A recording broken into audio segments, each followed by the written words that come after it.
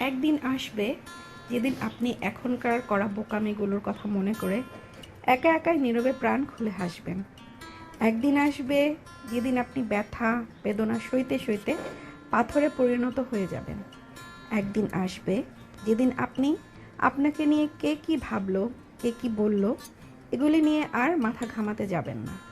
একদিন আসবে যেদিন আপনি সব কিছু থেকেই নিজেকে মুক্ত রাখতে শিখে যাবেন। একদিন আসবে যেদিন আপনি ভালো মন্দ সবটাকেই বাস্তবতার অংশ হিসেবে মেনে নিয়ে ভালো থাকতে শিখে যাবেন। একদিন আসবে যেদিন আপনি মানুষ চিনতে চিনতে একাকিত্বের প্রেমে পড়ে যাবেন। একদিন আসবে যেদিন আপনি যা হচ্ছে হোক, আই ডোন্ট কেয়ার ভেবে বাঁচতে শিখে যাবেন। একদিন আসবে যেদিন আপনি এই পৃথিবীর সমস্ত মায়া কাটিয়ে মহাকালের উদ্দেশ্যে শান্তির যাত্রা করবেন। আজ রান্না করেছিলাম কাতল মাছের মাথা টমেটো দিয়ে হালকা ঝোল করে।